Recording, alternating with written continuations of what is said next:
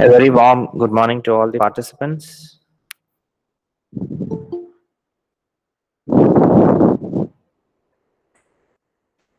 A very warm good morning to all the participants.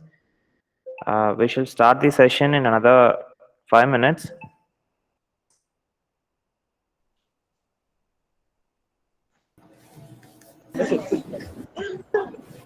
Good morning, sir. We have to all the participants, we have a guest arrived today. Good morning, sir. Dr. Avinash, sir.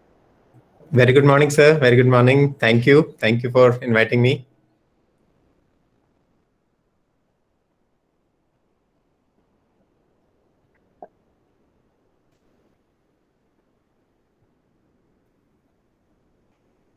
Am I audible, sir?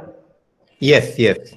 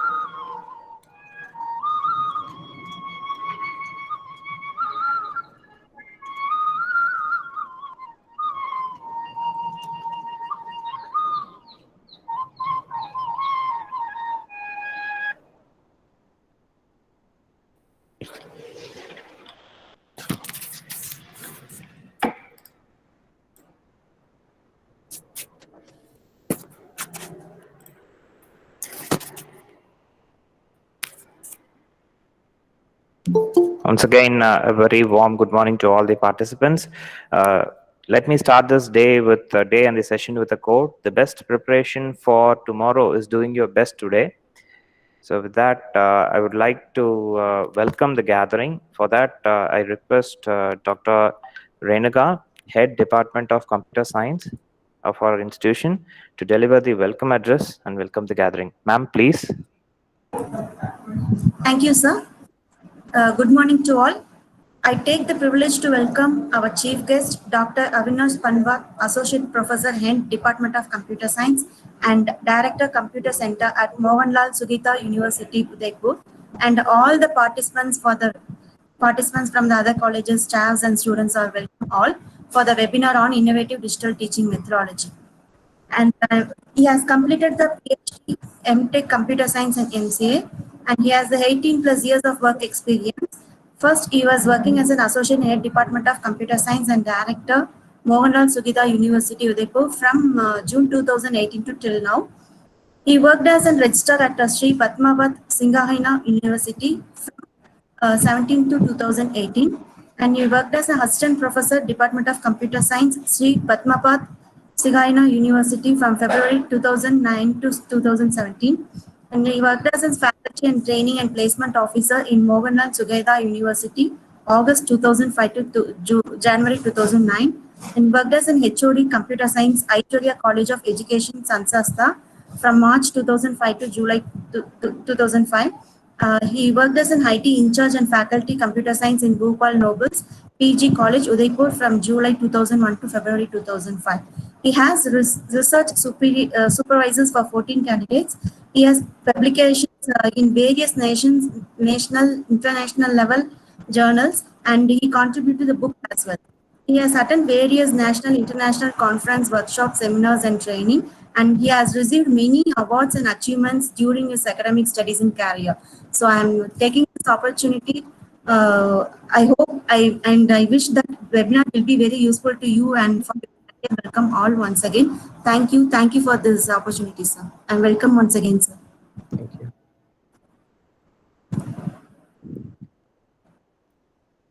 Thank you, ma'am. Thank you for welcoming the gathering. Now I request Dr. Avinash sir to take up the dais and deliver his keynote address on innovations in the digital teaching methodology. I hope the lecture session would be useful for all the faculties who are joined here, as well as the students who are joined in the session, because you all are a part and parcel of the online teaching sessions, which is going on right now, happening as we speak in all the education institutions. So please take important steps and notes from the session. And that's it. Thank you, sir. The dais is yours. Thank you, Shinaz sir. Thank you for inviting me here. And it indeed is a pleasure to be interacting with the people from the other part of the country. I'm way in the west and I'm interacting with you in core south of the country. So it's indeed a pleasure to be joining you. I have very fond memories of last year. I was visiting Ooty and Wellington and all that. So it was very nostalgic when I received a call from you. So thank you. Coming on to the topic, like I've been asked to talk on innovative digital teaching methodology. Before I start with that, we need to understand why we are discussing this. We have been talking about the new normal.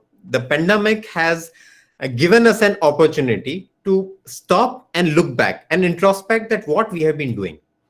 The education system, if you look at it, it has been the same for almost 20-25 years. This pandemic has given me the time that I'm at my home observing how my child is learning. And now I realize that things have not changed much.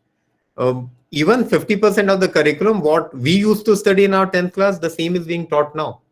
So over 20-25 years, nothing much has changed.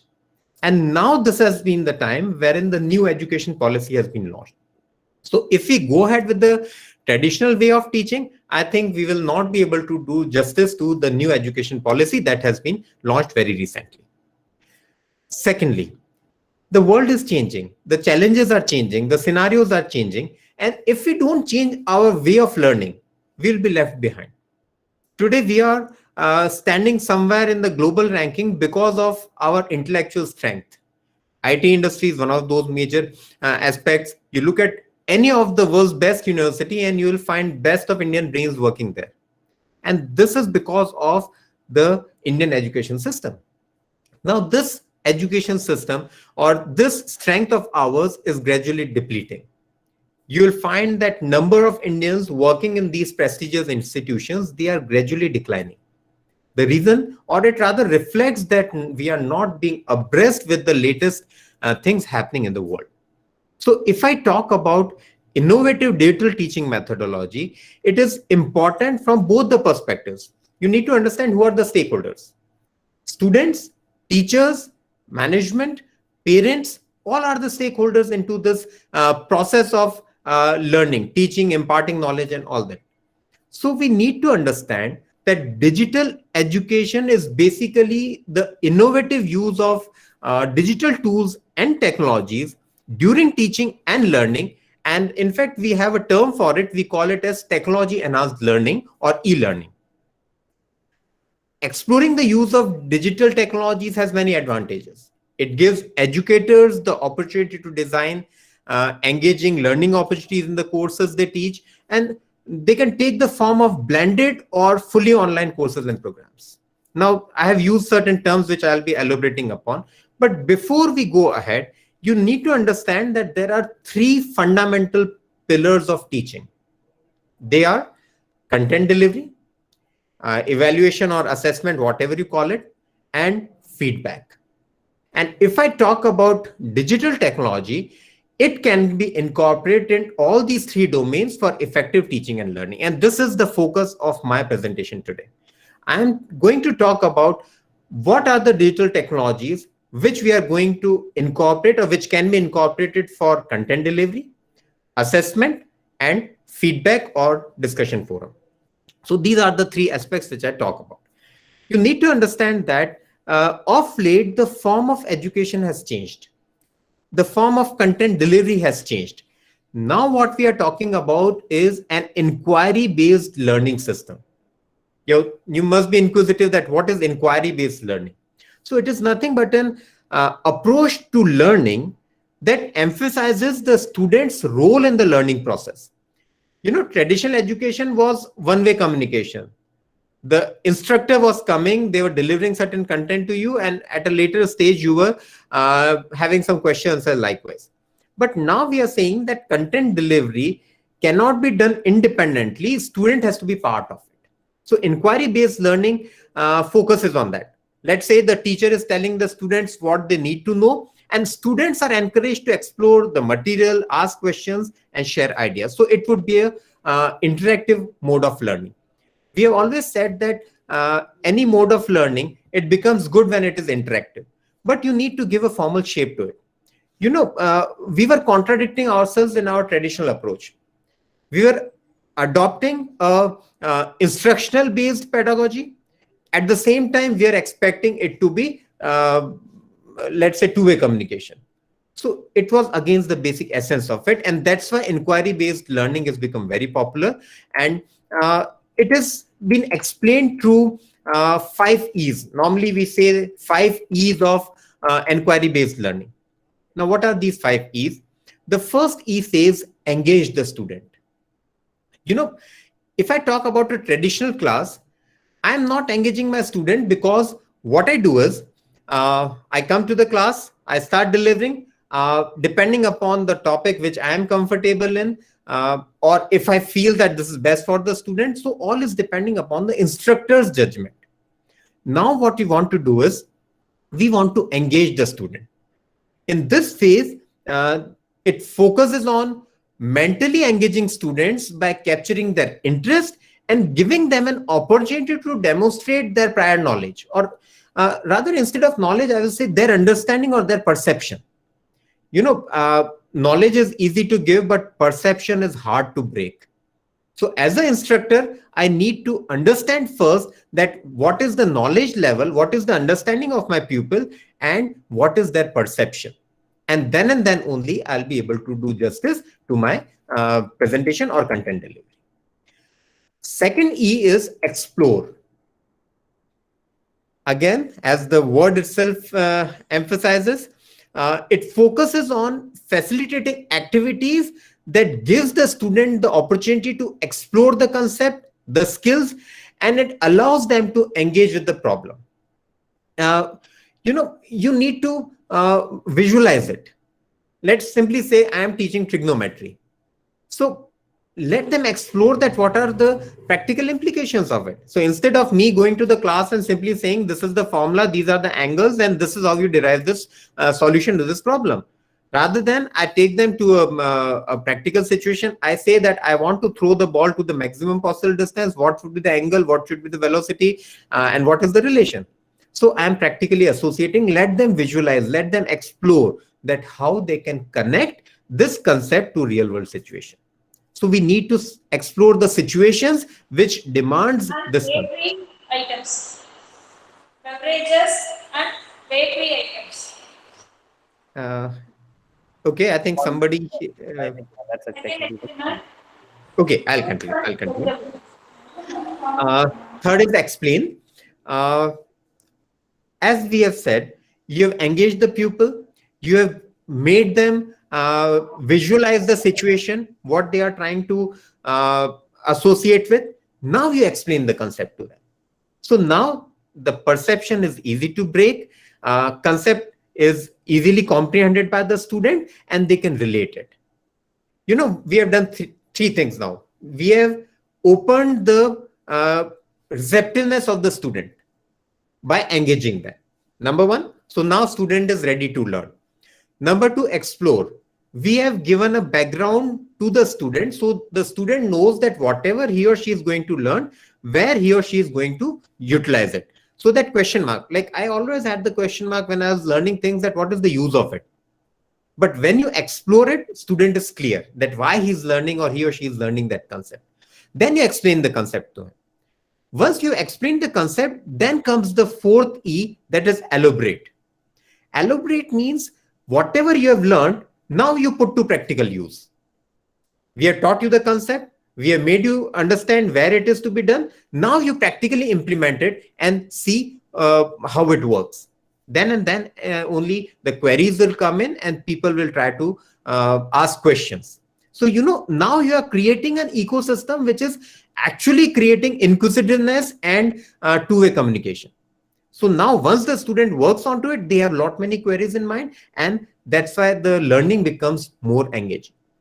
And once you have implemented this 4 E's, then comes the last E, that is evaluate. Again, this evaluation might not be traditional one. It could be demonstration based, it could be a case study based, it could be anything. But only thing is, don't judge all the students on a common parameter. Give them the liberty to express themselves in the best way possible so that you do justice to a student's talent or their comprehension. So this is the concept of 5 E's in inquiry-based learning. So this was especially meant for my teacher friends, my colleagues who are out there. We need to look upon our pedagogy from a different perspective. Instead of the traditional approach, this is the 5E approach that we need to work upon. From the student's perspective, you need to be, since you are one of the stakeholder, you need to be ready for all these things. You cannot come to a class completely raw and expect a capsule of knowledge to be given to you. No, that's not going to happen now. You have to do your homework first. And this concept has led to different styles of learning. One of the most popular styles of teaching learning is, which we are using these days, is flipped learning or blended learning. These are two terms which are many times used interchangeably. Maybe when I discuss more, when I elaborate more about it, you will realize that in some form or the other, you also are doing it. Flipped learning or blended learning, these approaches use multiple methods to deliver learning by combining face-to-face interaction with online activities. So what's happening is, now you might be inquisitive that what is happening. I'll add more to it. Another term comes with it, that is flipped learning, which is a pedagogical approach in which the conventional notion of classroom-based learning is inverted. So what happens is, the students are introduced to the learning material before the class, and when the classroom begins, they have already done their homework onto it. They have had the discussion within the group. They have seen certain videos. They have solved a few problems. And now they are ready with all their questions pertaining to their understanding. And this would be cleared in the class. This is where we have to change our way of learning now. And this is where students, you need to change your way of learning now. If you are coming to a class, how it will be implemented or how we implement it, I'll tell you how we do it. In our university, what we have done is we have created a small group for the students. Now it's on our portal, we have class-wise, we have created a group. So prior to every class, the teacher puts in certain things. Those things could be a few minutes YouTube video, a couple of notes, maybe a few paragraphs, not more than that, a small exercise, and maybe some links that if you want to explore further, these are all relevant links, because you need to keep the student very focused. Your video cannot be more than 4 to 5 minutes. If you are giving a student a video which is of 20 minutes, rest assured they will not view it. They will come to your class without preparing anything. So to create the concept of flipped learning or blended learning, you need to share beforehand with the students a 5 minutes video at max, a few paragraph notes, 1 page or 2 page at the max, few questions, so that once they have read seen the video, read those the concepts, they are ready to attempt that question. That question will be as such that it relates the concept they have studied with practical implementation. And finally, if that raises inquisitiveness within the student and they want to explore more, give them few web links. So these are the links wherein they can go and explore more, but don't expect them to have explore. It's additional. In any class, there are, we call it a 10-80-10 ratio. 10 is those students, you give them everything, they will not study. The other 10% are, you don't give them anything and they'll study everything. And other 80% students are there whom you push, they move with the crowd. So all we are targeting is this 80%. So maybe the top 10%, they will explore all your web links, but what we are aiming at our class is this 80%. So we will have this understanding at least that my pupil is coming to my class, having seen that video and having read those books. Now, since they have done it, they must be having many doubts in their mind. So once they enter into the class, instead of teaching them the concepts, we explain the working, we explain the implementation, we solve their queries. This sort of learning, it becomes very interesting in the sense that classes are not monotonous, students are constantly engaged into it, and above all, they are able to relate the knowledge they are gaining with some real world entity. So this is something that gives a new flavor to the traditional mode of teaching. Now, this was flipped learning. We involve it, or we associate or complement it with another type of learning, which we call as collaborative learning.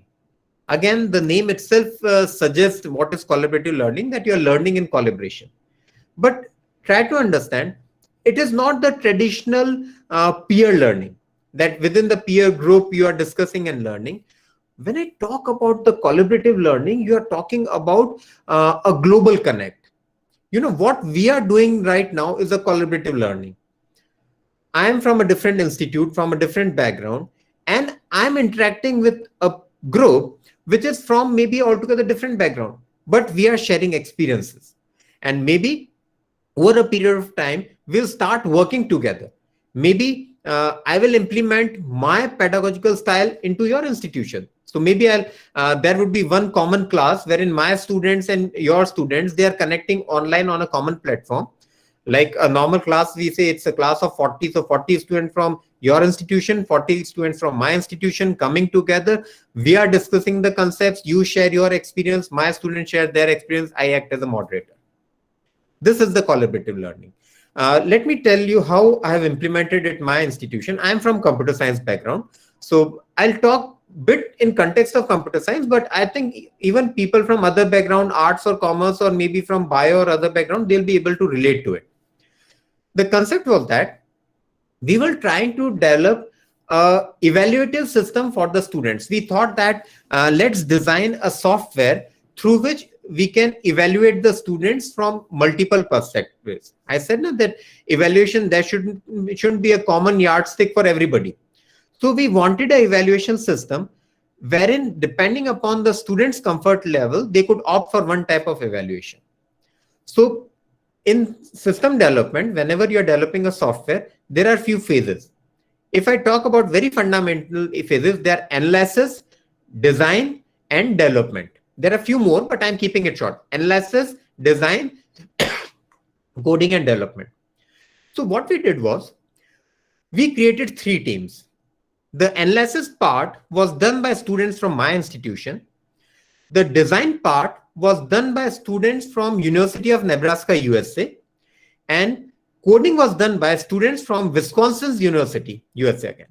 So now we had 3 different groups of students coming from 3 different parts of the world and working on a common problem.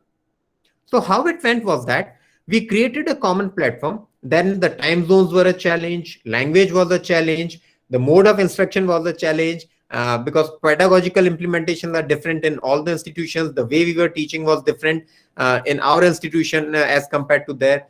So we brought everything together. And this diversity was actually the essence of this learning. So now understand that how 3 different units from very different background coming together, solving a common problem. This gives you a global perspective to your learning. And thus I suggest that collaborative learning, if clubbed with flipped or blended learning, can give you phenomenal results. This exposure which you get at this moment, this exposure was something which was missing all these years into our education system. And this pandemic has given us like this silver lining to this dark cloud, that now we are looking outwards. We are talking about a global perspective. Maybe 2 years earlier, we might not even have thought that I'll be interacting with you in this manner. We are doing it now. So if you can connect with me in this mode, why not from anybody in US, UK, Europe, Russia, anywhere in the world, and for that matter, even China.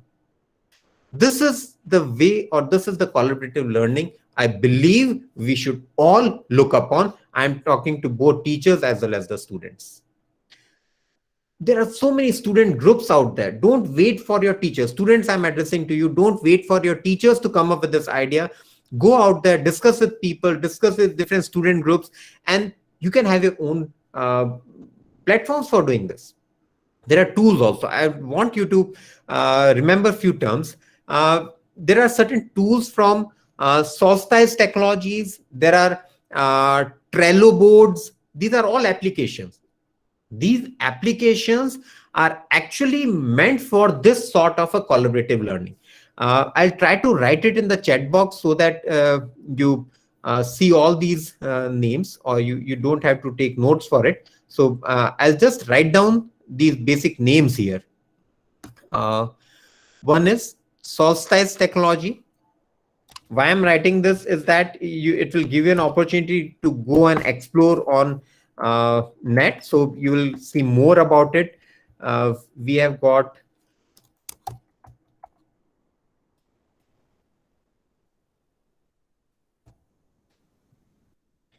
these are just the two things I have mentioned, but they are not all. You have many such tools out there. So they help you in collaborative learning. So what happens is, it gives you a dashboard. It gives you your own card. So whatever are your observations, you pin it there. In collaborative learning, you have a huge board, pin board. So everybody comes there. They have a specific section that put their ideas. Then you draw threads, club together the solutions and all that. So this is the sort of environment these tools give you. And these are not the only two tools. They are just illustrative. There are many such tools available. And once we are out of this pandemic phase, let me tell you, even the form of our classrooms will change. We will no longer have that face-to-face sort of setup in our classrooms. It could be more of an informal. It should be like a restaurant-like layout, wherein you have small groups of tables or chairs, and a group of people can sit together and discuss. Or you could have a round circle sort of a thing. So everybody is sitting in a circle. Your teacher's role would be more of a moderator. So they are sitting at one place, everybody around them, they are discussing. So we need to change. We need to think out the box that it is not a rule of thumb that class should be in the manner that everybody should be facing the students. The basic concept is wrong, that both are having a different perspective. A student is having a different perspective, teacher is having a different perspective, and then we are saying common learning. Isn't it? So let's get over it. We all should sit in a circle and discuss as a peer group. This is the form of learning that we need to change, or content delivery that we need to, and this is the classroom environment which we need to change. So these are few concepts about your collaborative learning and flipped learning. So these are very popular terms which are being used these days. And to facilitate them, one of the very important tools that we have these days are your learning management systems, LMS. You must have heard about Google Classroom.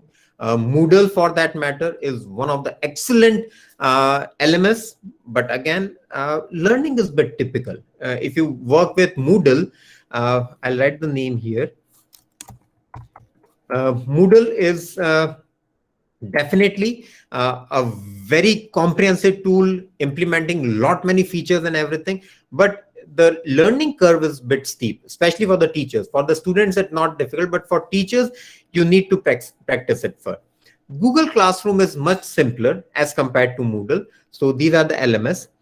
But even the concept of LMS is changing now. What's happening is in LMS, you are offering the content in a common form to everybody. Now we are talking about a system wherein the content is offered in a different manner to every student. I'll tell you one thing. Recently, Ministry of Human Resource, MHRD, they have given us a project to my university. I am the principal investigator into that. We are working on a dynamic LMS which works on contingency theory of e-learning. Contingency theory says that of e-learning says that there is no perfect fit for everybody, but yes, there is an optimal fit. So if I say that one shoe fits all, that is not true. For different users, you have different solutions. So we need an LMS which actually assesses a student and tries to identify that what are his strengths and how he learns better, understands better. And so the content would be delivered in a different manner. How we do it, what we have done so far is that we have created a small test of 3 minutes. In this test, student gets to read a paragraph, answer few questions. They get to see a video and answer few questions. They solve a problem, they answer few questions. They read a real world situation, a case study, and they answer few questions. Fifth part is they listen to an audio and they answer to our few questions. Based on it, we have created a tool which assesses the mechanism through which the student learns the best. And then it suggests to us that how we should teach that student. There would be some students who understand best by learning and doing, by doing and learning. There are other students who comprehend best when they see a video. There are other students who were very good at listening. Once they heard something, they were able to answer it correctly. And there were other few who were very comfortable reading and then answering it. So based on that, we created a mix, and now the same class was delivered to 10 different students in 10 different ways. This is the dynamic LMS we are talking about. So this is the food for thought for all the teachers, that you need to understand this thing, that all your teachers, all your students, they come from a different background. You need to design your content in such a manner that everybody can comprehend out of it. So this is the concept of dynamic learning management systems that is emerging these days. One of the very important things which many of the educational institutions in India, they are missing is the MOOCs, the massive online open content. This content is there for everybody to learn, assess, read, deliver, but it's not being optimally utilized. The reason is that maybe lack of awareness. We have like India's own Swayam portal. If you look at it, Swayam Prabha, Swayam Jyoti, Swayam, these are so many different portals which are there. Swayam is offering you all the, you name an area and you'll find a course on Swayam. NPTEL for that matter, all your technical courses are there. But you know, the problem is that the since it is not part of formal education in most of the institutions, it is not being taken up seriously. What's happening is in my university, what we have done is, or in my course, I have MCA, BC and MSc IT students with me. So what we have done is we have designed our curriculum in such a manner, it's a choice-based credit system. So we give a liberty to a student. They can supplement their 4 credits with some MOOCs course, which is being offered online on Swayam.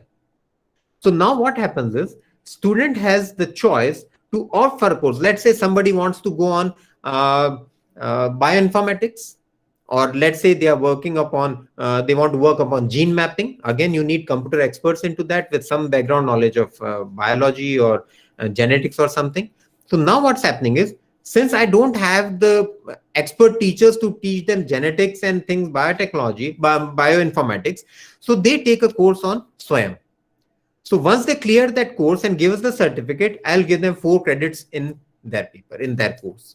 So this is how, this is again, if you're affiliated to a university, definitely it will come from the university, but this proposal can always be given to them. MHRD has already advocated it. It's there in writing. UGC has written to all the universities that they can club the Swayam courses with their own curriculum. So MOOCs are something which you need to look up very seriously. Students, let me tell you, it's a golden opportunity for you. Diversify your skill set. The more diverse the skill set you have, more would be your receptiveness in the market. There are so many technologies coming in, you need to incorporate that. We are talking about smart classrooms. Again, in physical form, establishing a smart classroom was very difficult. But if I talk about the current day scenario, I think it becomes very easy, because in an online mode, there are so many tools and technologies that are available to you. How to do that? I'll give you a small, I'll try to show you a small demo sort of a thing, that how we can do it. I think my presentation is blocked, so I won't be able to give it. Actually, what I wanted to explain to you was the concept of augmented reality. Sir, you can click on presentation and you can share your screen. Sir, my present now is disabled. I wanted to do that, but my present, it says that screen sharing has been turned off. It's on, So sir. maybe Or you while can share- setting up the class, administrator might have done. Can you share? No your- issues. I'll just explain what I was trying to Okay. tell here, emphasize here. Sure. There's the concept of augmented reality. Augmented reality has been taken up very casually, in the form that you go on to Google, search something, and therein you have the augmented reality tool embedded. Has anybody used that tool, augmented reality, in Google? Among the audience, anybody has used it? No, No, sir. sir. Okay, I'll tell you a simple thing. Go to Google and type tiger, or from your mobile, not from your laptop, from your mobile. Go to Google, type tiger. The results that you get in, you will see that it will have something called view in 3D. So the moment you click on that view in 3D, you will realize that a tiger will appear on your window. I'm trying to demonstrate. Give me a second, please. Like, I have searched it. I searched tiger, and this is what I got. If you search tiger on your mobile, you will get this sort of a tiger appearing there. Okay, it's in 3-dimensional. So all you do is you click on view in 3D. The moment I do that, view in 3D, this tiger will appear on my screen, and then whenever I shoot around, that tiger would be part of it. So you will get an impression as if you are roaming around that tiger. I'll give you a demo on it. Just give me a second. I'll show you. I think it would be pretty interesting to see.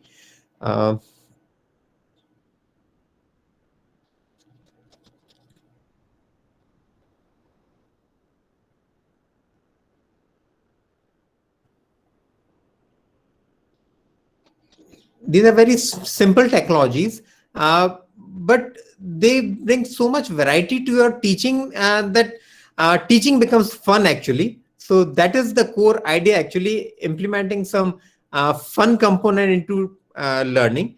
And along with fun, the comprehension becomes very high. Now, let me show you what we did. So this is the tiger which I shot. And this is my department. So it's the lobby of my department. Somebody simply walks in, and it gives you an impression that it's something live. So it's just a tiger. You can have dolphins and all that. And these are not the only things. We have so many different aspects into it. Like, so this is a tiger in my living room.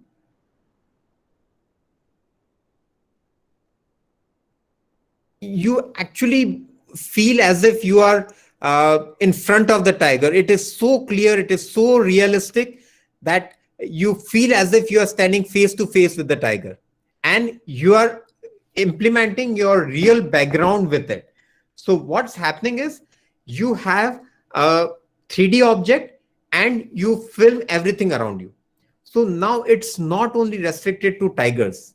If I talk about normal Google, Google has given, I'll just read out. I had search them. So what images available right now? They are land animals, underwater and wetland animals, birds, house pets, human anatomical system, especially if people from bio background, cellular structures, chemistry terms, biology terms, physics terms, cultural heritage sites, cultural objects. All these are already been implemented in 3D, like monocotyledons, dicotyledons, eukaryote chromosome structures, red blood cells, basophile, eosinophile. All these things have been implemented in 3D.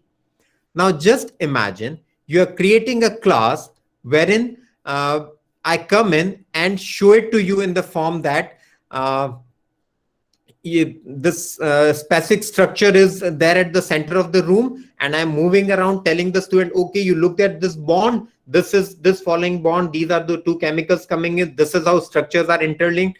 So I can move around this 3D structure and explain to my students that how that structure works. So just imagine the level of understanding or the visualization you will have with this technology. So from the teacher's perspective, it's a small exercise. Search on Google, shoot something around it and show it onto the projector or on your screen. And when you are interacting with the class, you can explain the concepts to them very easily. Now, this is something which is already there into Google, the simplest form. Those who can explore a bit more, there are tools which are available. You can create your own such tools. Like, I'll give you an example. There are applications like Wikitude is an application. So what happens is I can prepare an explanation. I can have some images and things like that all clubbed together.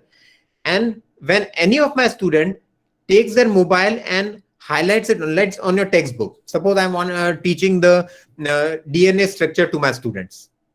So what I will do is I will create a virtual reality video using any of these tools. And I'll ask my students that go in this application and scan the DNA structure on page number 250 of your textbook. The moment they go and scan that image, suddenly your entire presentation comes up, wherein you can give the 3D effect, the text comes in, audio comes in, arrows comes in, and it becomes so interactive that you cannot imagine. I'm giving you some exercises. Please explore these tools. Wikitude is one such thing. The moment you have term wiki coming in, so your confidence level increases a bit, and that yes, it has to be good. We have other tools like Unity is there. You can jot these terms. Unity is there. ER Core. Unity, AR Core. These are certain very useful tools, free to use. Like whatever I'm telling you, these are all freeware. I'm not talking about any entity for which you need to invest anything. These are all free to use tools. And from the management or college perspective, we need to understand the way we have been investing into, let's say, infrastructure in air conditioners, computer systems, your for that matter RO systems or table and benches or something like that.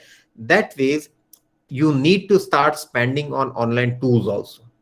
If you look at the balance sheet or the budget of any of the institutions, there are very few who talk explicitly about these IT tools for pedagogy, because it's not part of the culture. So this is the culture we need to build in. At least your annual budget, give 2 or 3% to such tools, because your air conditions are important, your computer machines are important, your internet connection is important, your library books are important, furniture is important, your notice boards are important, your gardens are important, your parking is important, but equally important are these IT tools which are to be embedded into your teaching. So why can't I have my institution spending 80,000-90,000 for procuring one of these tools so that the teachers can develop their own classes? Why can't the institution be investing a bit on some tutorials on working on these things? Why can't the institutions hire the technicians or technical people for digitization of the content? or training the teachers for digitization of the content. This is the new normal we are talking about. This is wherein we need to change our way of content delivery. So this is what I meant by smart classroom, that it's normally people consider that smart classroom is like a classroom with a projector or a touch screen board with speakers and project. No, I'm not talking about that sort of smart classroom. I'm talking about smart classroom online, wherein I can blend all these different tools and technologies to deliver a session which is very interactive, which has graphics into it, which has 3D animation into it. And trust me, all this can be done with very little efforts. Whatever efforts I put into preparing for my class, I put in 10% more effort. The way you prepare your PowerPoint slides, it's as simple as that. Only thing is it requires certain practice.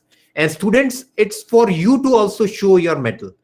Given an assignment, your teacher has given you an assignment, why don't you incorporate these tools and technologies into preparing your assignment?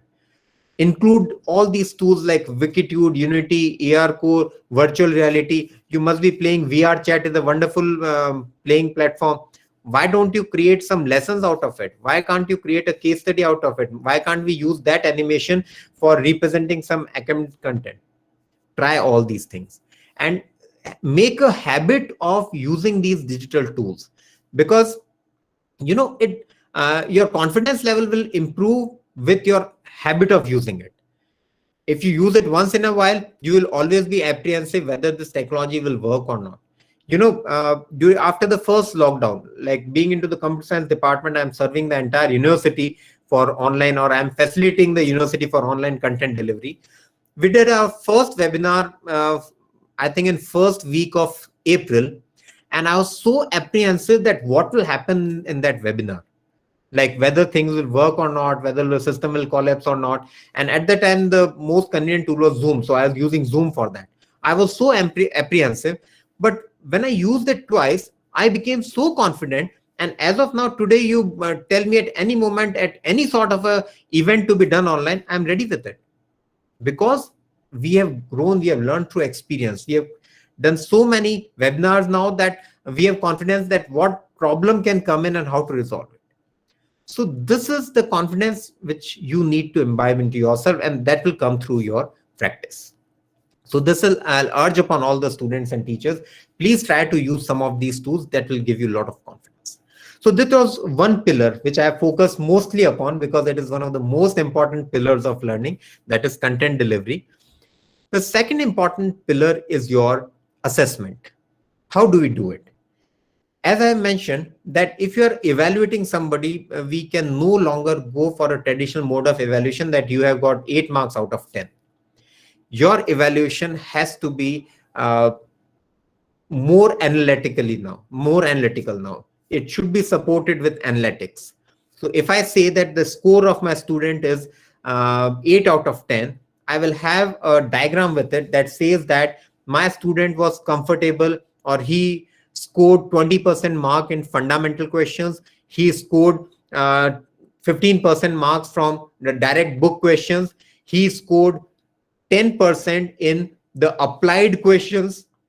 So that shows that my student has got an understanding of the concept, the definition, but he's missing the understanding of implementing into real world situation. So my assessment, my evaluation has to be supported with this type of analytics. Now you must be wondering how to do that. The idea is pretty simple. Whatever questions you are designing, frame your questions in such a manner that they cover all these concepts. The definition part of it, the fundamental concepts, the applied concepts, the more advanced concept which implement correlation between multiple concepts. So this is how you group your questions. And once the student evaluation comes in, represented in the form of student performance in each of this. Now, how to do it? There are many tools available which will give you a dashboard. Even students will have their own dashboard, and when you evaluate them, it would be through a tool. So student dashboard will give him a complete picture that how you performed. It will compare it with the previous assessment also. I'll name a few for my teacher friends. I'll name a few such tools. One is Dugga, D-U-G-G-A. I'll write it down. It's a wonderful tool. It is supported by Microsoft also, and it is becoming very popular. It has got inherent capabilities wherein you can design different types of tests. You can have MCQs, descriptive questions. You can have pictures inserted into it. You can automate it. You can give authorization into it. Lot many, and it's very simple, drag and drop sort of a thing.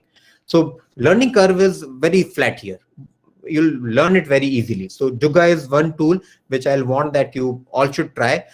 Other tool, it's slightly complicated, but I think you must try it. Once you get a hold onto it, you will be able to design your own test. It is known as test project. Requires some level of computer knowledge, but again, it's a preliminary fundamental knowledge, nothing rocket science into it. So if you want your test to be very analytical, through test project, you can record the screen, you can monitor the screen of your student, you can monitor the web page they are working upon. So, our tests are proctored.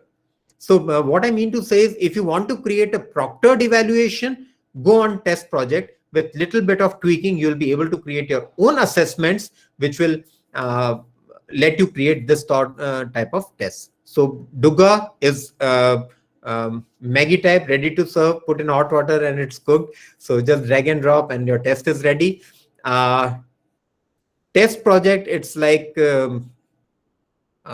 making chow mein. You'll have to put in few ingredients, have some expertise, but the outcome would be very delicious. So this is what I can promise you onto these tools, that when it comes to evaluation part, please try to incorporate these type of tools so your evaluation will be more balanced, justified, objective. A student should know where he or she lacks.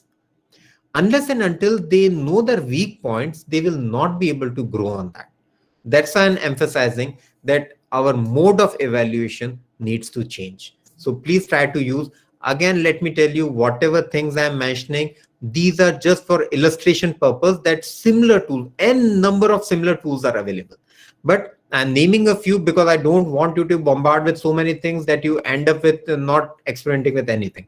So I'm giving few small things so that you can work onto them, and you can actually derive some outcome out of it. I don't want that my session should be simple. Yeah, you heard it and you lost it. So it should not be like that. That's why I'm giving you so much food for thought. So you take it with you something after the class also. So this was about the assessment. The last part, which people normally tend to miss, or the fourth part, that is the feedback. Now, how you do that? How this feedback comes to you? There are various methods for it. Feedback could be in the form of the family sitting together and discussing, which we call as discussion forum in our online terminology. So what I will say is, if you are talking about a system wherein you have evaluated, you have taught the students, you have evaluated them, try to find out what they liked about it and what they did not like. Because eventually you need to listen to them, you need to hear from that, and that what they liked and what they will want to hear more in it. So this will best be done if you have some discussion forums with you. There are many platforms. Feedback can be of different types. Feedback is oral feedback, wherein students are discussing face to face and saying that this is I like, this is something which I don't like. Feedback could be in the form of a questionnaire. So then it could be anonymous questionnaire, so that students write something about it. Or it could be something like a test, maybe a small test which you have created, and you ask them to comment on it, or maybe you judge their perception out of it. So there are different methods. So when I talk about feedback, there are many tools available for taking the feedback also. One is Padlet. I'll write it down. Again, it's a free online discussion forum. Padlet is very popular because it's very easy to use. We have many more. We have Socrative, Now Comment. I'll just write it down. We have Socrative. Socrative is again popular. For that matter, Now Comment. So these are the few discussion forums which you can always use. This discussion forum could be for a group. It can enable your one-to-one interaction also. It can also let you discuss in a group. It could be a peer group, a group of students working on a common project, having a session here. So these are the different tools which you can be using for carrying out discussion among your group. So these were the three main pillars: content delivery, evaluation, and feedback. So I've tried to cover the IT technologies which are associated with all these three pillars. I've talked about the pedagogical styles, and these are the few things which I thought I'll share with you. So I think I've consumed my share of time. So sir had given me 1 hour, so I have consumed my 1 hour. Thank you for being such a wonderful audience, and I'm open for your queries. But you need to promise me that whatever things I mentioned, please introspect onto it. Please try to contribute somewhere or join into this new concept of learning. So this is what I'll expect from you all. Thank you. Over to you, sir. Thank you, sir. That was really thought-provoking. You gave us so the digital learning technology methodology. Though the PowerPoint could not be shared, you were consistent in presenting the thoughts and ideas.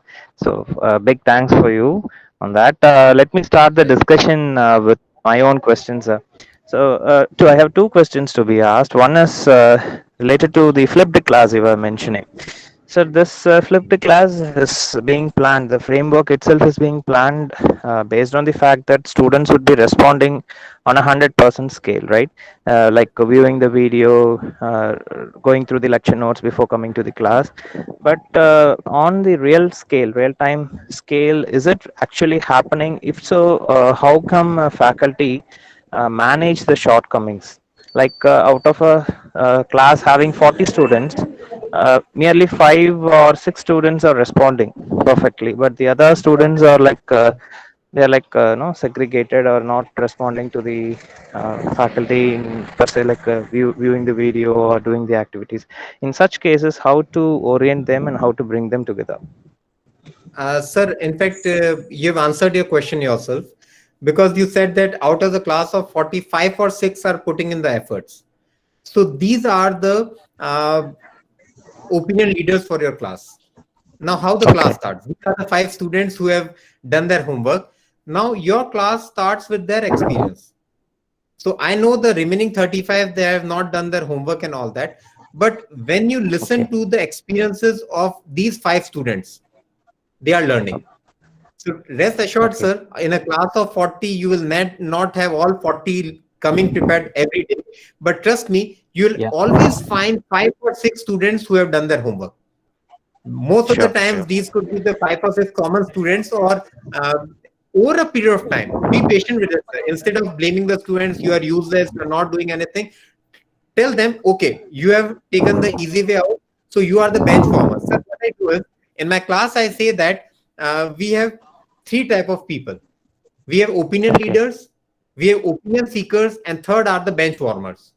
So the 5 or 6 students who have done their homework, they are the opinion leaders, because whatever they are telling to everybody, they will frame an opinion out of it. Earlier, you were the only one who were framing the opinion, isn't it? Because you are the only teacher who are telling something to the students. Yes, sir. Yeah. At the time also, they were not prepared. So now you have 6 opinion leaders. You are one and 5 are the other students. Now you have the opinion seekers.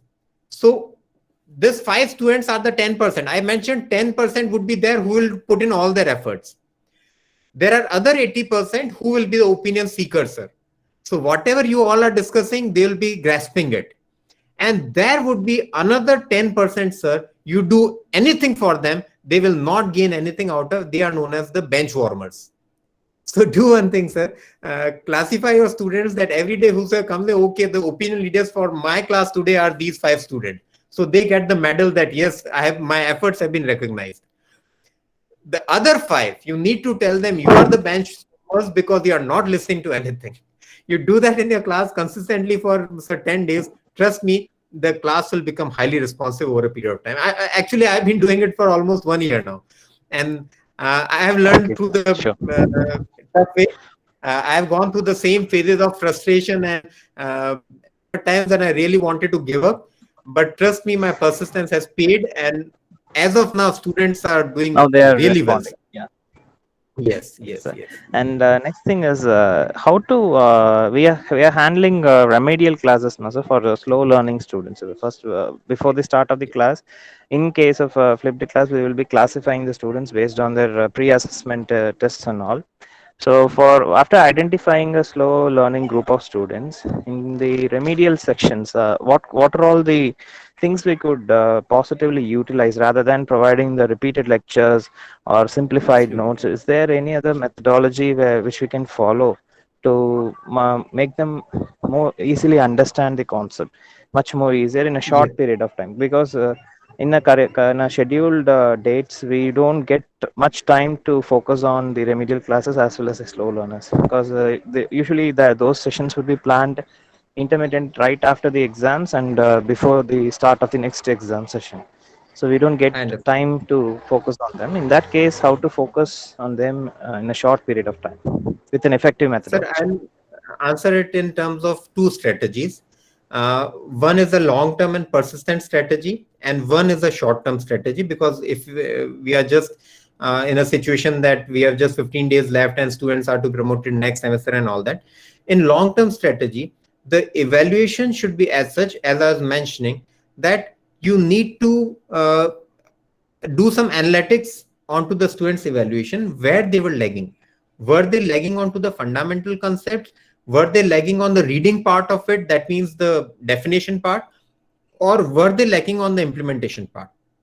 So if you realize that they are lacking on the reading part of it, the fundamental, because the definition you cannot give them a capsule. They have to learn through the hard way out. So if you have classified that this is where they are lagging, you need to give them exercise in the form that this is the definition which you need to learn and comprehend. The number 2, if you believe they are missing onto the concept, then that is the stage wherein you need to put in the extra efforts, have them into small peer group of 4 or 5, and you'll have to discuss the concepts with them. And thirdly, if you feel that they are finding it difficult to implement the concept into practical aspects of it, then definitely you will handle it in a manner that you'll have to give them the applied case studies based solutions so that they can do it. What we do here is, sir, this is the long term, wherein your assessment, your evaluation should be as such that this analytics can come out of it. Once you have this analytics, your task will become very easy, but it will not happen overnight. You will have to redesign your assessment, then it will come. Over a shorter period, sir, what we were facing the same dilemma, how to bring these students into the mainstream. So what we did was we created a Sathi Yojana. Sathi means the friend. So what we did was we associated a topper with every student, and the topper was given some grades for it. So initially we started as volunteers. In my class, I said that there was a group of 7 or 8 students who were finding it very difficult to keep themselves abreast with what we were teaching. So what we did was we asked for volunteers from my class, and we got around 10-11 volunteers who said that, sir, we will associate ourselves with these students and we will be in touch with them on a constant basis. Maybe if they had a query or they were not understanding concept, maybe at, let's say, 10:30 at night, they were ready to help them out. So this Sathi Yojana, or this friend scheme, that really worked wonders for us, and multiple ways. Number 1, the bonding in the class, that became very strong. Number 2, the sense of belongingness among those students for the class and the institution, that grew many folds. So I think, sir, this peer learning could be the best solution for it. But only thing is, students need to be rewarded for that. What I did was I exempted my toppers from their internal assessment. We have a 10 marks internal assessment. So I said your assessment is based on the efforts you are putting onto this weaker student. So if a weaker student, you can improve his grade from 3 marks to 5 marks or 6 marks, uh, in that multiple you will be getting in your internal assessment. So that was the confidence or the faith we had in our student and they had in us, but we got very good results out of it, sir. Sure, sir. It's nice to hear. We'll try to implement. Sir. We are doing it, but we try to improvise and try to bring it up to a mark. Participants, if you have any queries to discuss with the guest, you can start asking faculty members or students. Students, you too can interact with the guest. Since you are the stakeholders of digital teaching methodology, you can give your inputs and you can ask queries. You can even type on your chat box so that it can be looked on by the guest and he can discuss. In fact, my email IDs are with you, sir. If there are any specific queries, even after the session, you can always mail it Sure, to me, and I'll be more sure, than sir. happy to hear their queries, sir. Sure, sir. I think we have given them enough food for thought, so they'll take them some time to get it digested. But I'm very sure once they start using all these things, they'll have a lot many questions to be asked, and I'm open to it, sir. I'll be very happy to help. Yeah, sure, sure. Sure.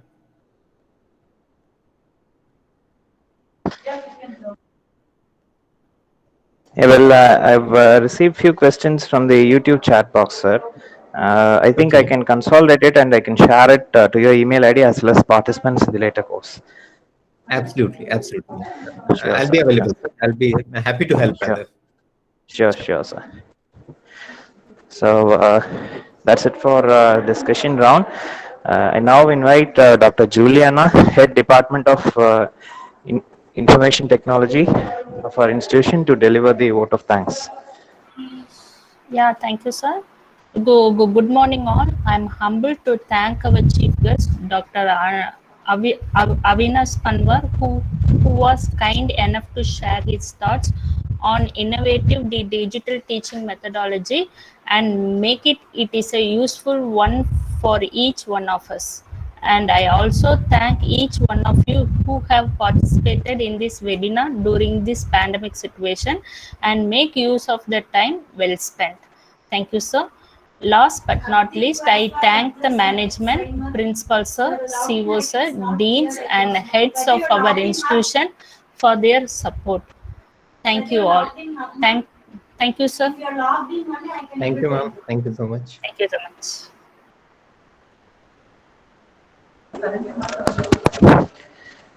Thank you, sir. I thank all the participants once again for joining the session.